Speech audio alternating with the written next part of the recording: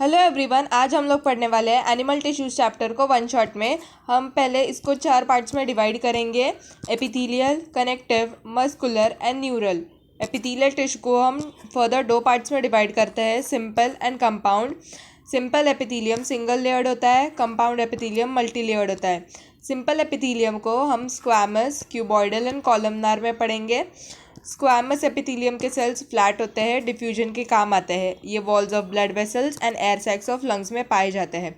Cuboidal epithelium के sales cube like होते हैं, सिक्रीशन एंड अब्जॉर्प्शन के काम आते हैं।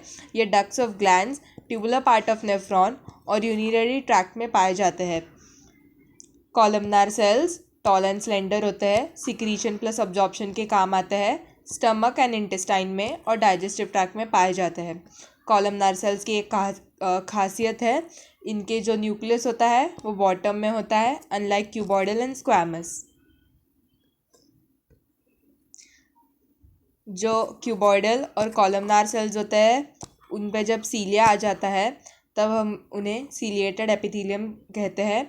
ये ब्रोंक्यूल्स और फैलोपियन ट्यूब में पाए जाते हैं। क्यूबॉइडल और कॉलमनार सेल्स जब कुछ स्पेशलाइजेशन करके सिक्रीशन का काम करते हैं, हम उन्हें तब ग्लैंडुलर एपिथेलियम कहते हैं। ग्लैंडुलर एपिथेलियम यूनिसेल्युलर हो सकता है, मल्टीसेल्युलर हो सकता है। Goblet cell, alimentary canal, salivary gland, multicellular. Compound epithelium multi layered होते हैं, provide protection against stress and ये बकल कैविटी, फैरिंग्स और सलाइवरी ग्लैंड में पाए जाते हैं। कंपाउंड एपिथेलियम सिक्रीशन और अब्जॉर्प्शन के काम ज़्यादा नहीं आते, प्रोटेक्शन के काम ज़्यादा आते हैं। सेल जंक्शंस के बारे में पढ़ेंगे। Tight, adhering, gap. Tight junction stop leakage. Adhering junction दो जंक्शंस के बीच सीमेंटिंग का काम करता है। और gap junction transfer of ions, molecules and sometimes big molecules. Gap junction transfer के साथ साथ कम्युनिकेशन का भी काम करता है।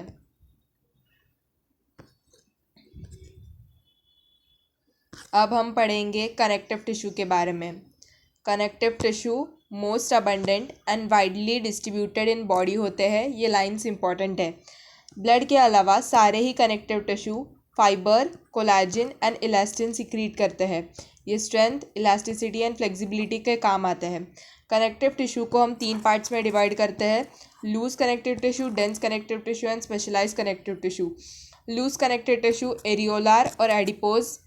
Dense connective tissue dense regular, dense irregular. Specialised connective tissue में हम ब्लड, बोन एंड कार्टिलेज के बारे में पढ़ेंगे। लूज कनेक्टिव टिश्यू सेल्स इसमें लूजली अरेंज होते हैं और ग्राउंड सब्सटेंस सेमी फ्लूइड होता है। एरियोलार, एडिपोज। एरियोलार बीनीथ द स्किन होता है, फ्रेमवर्क की तरह काम करता है। इसमें बहुत सारे सेल्स होते हैं, namely fibroblast, macrophage and blast sales.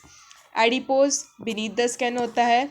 इसके सेल्स एक स्पेशलाइज काम के लिए काम आते हैं, जो स्टोर करते हैं फैट्स। अगर बॉडी में एक्सेस न्यूट्रिएंट हो जाए और जो कि इस्तेमाल नहीं हो रहा तो वो इमीडिएटली कन्वर्ट होके फैट में स्टोर होता है एडिपोज में।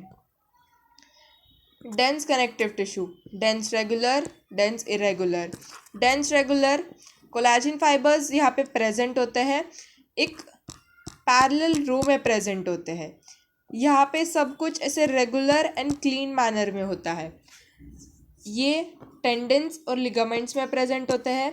टेंडन्स अटैच करते हैं muscle to bone, ligaments attach करते हैं bone to bone. Dense irregular यहाँ पे सारी चीज़ें इरेगुलरली अटैच होती है। ये प्रेजेंट होते हैं स्किन रीजन में। Specialised connective tissue blood. Blood एक फ्लूइड कनेक्टिव टिश्यू है, मेनली हमारे बॉडी का सबसे मेन सर्कुलेटिंग फ्लूइड है।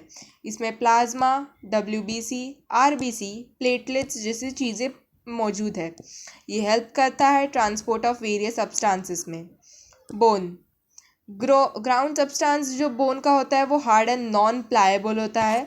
इस शब्द पे गौर कीजिए, नॉन प्लाएबल होता है। बोन हमें पता ही है कैल्शियम में रिच होता है और कोलाजिन में भी रिच होता है। बोन के सेल्स को हम ओस्टियोसाइट्स कहते हैं। बोन के सेल्स एक स्पेस में प्रेजेंट होते हैं जिसे हम लैक्यूने कहते हैं। बोन मैरो, कुछ कुछ बोन्स में बोन मैरो है, वो ब्लड प्रोडक्शन का काम करते हैं। और बोन है जो स्पेसिफिकली स्ट्रक्चरल फ्रेमवर्क प्रोवाइड करता है हमारे बॉडी के लिए। कार्टिलेज, कार्टिलेज एक solid and pliable intercellular material है। इसके सेल्स को हम कॉन्ड्रोसाइट्स कहते हैं। मोस्टली कार्टिलेज एम्ब्रियो में होता है, वो अडल्ट्स में जाके बोन्स में रिप्लेस हो जाता है। मतलब जो कार्टिलेज हमारे एम्ब्रियो के टाइम होता है वही कार्टिलेज बोन में रिप्लेस हो जाता है जब हम अडल्ट्स होते हैं तब। ये कार्टिलेज कहाँ कहाँ प्रेजेंट होता है? Very basic, tip of the nose, outer ear, between vertebral column, limbs, hands. Chondroblast help in formation of cartilage, ये याद रखना, chondroblast help in formation of cartilage. अब हम चैप्टर के दूसरे पड़ाव पे जाएंगे, that is muscular and neural tissue. Muscle tissue 3 type के होते हैं, skeletal, smooth and cardiac. Skeletal closely attach to skeletal bones होते हैं, जैसे हमारे बाइसेप्स में। ये स्ट्राइटेड होते हैं, बंडल्ड होते हैं। एज हम डायग्राम में देख सकते हैं, ये जो लाइनिंग्स है ये स्ट्राइशंस है, और ये जो एनसर्कल डार्क पार्ट है ये न्यूक्लियस है। ये वॉलेंटरी होते हैं, इनकी मूवमेंट हम खुद करवा सकते हैं। स्मूथ मसल्स टेपर होते हैं दोनों एंड्स पर, इसका डायग्राम आप देख सकते हैं, ये ऐसे टेपर्ड होते हैं एंड्स पर। ये इनका न्यूक्लियस रहा, और ये स्मूथ मसल फाइबर्स का डायग्राम है, ये फ्यूजिफॉर्म कहलाता है। नो स्ट्राइशंस, इन पे कोई लाइनिंग्स नहीं है, इन पे कोई स्ट्राइशंस नहीं है। ये बंडल्ड होते हैं, इनवॉलेंट्री होते हैं, इनकी मूवमेंट हम नहीं करवा सकते हैं, और इनका कंट्रोल भी हमारे पे नहीं रहता। Last, cardiac. कार्डियक प्रेजेंट होता है ओनली इन हार्ट, ये इसका डायग्राम रहा। ये न्यूक्लियस, स्ट्राइशंस, और इसमें जंक्शंस होते हैं बिटवीन एडजेसेंट सेल्स। ये एक डिफरेंशिएटिंग पॉइंट है दोनों डायग्राम से। हर मसल के डायग्राम्स आपको याद होने चाहिए।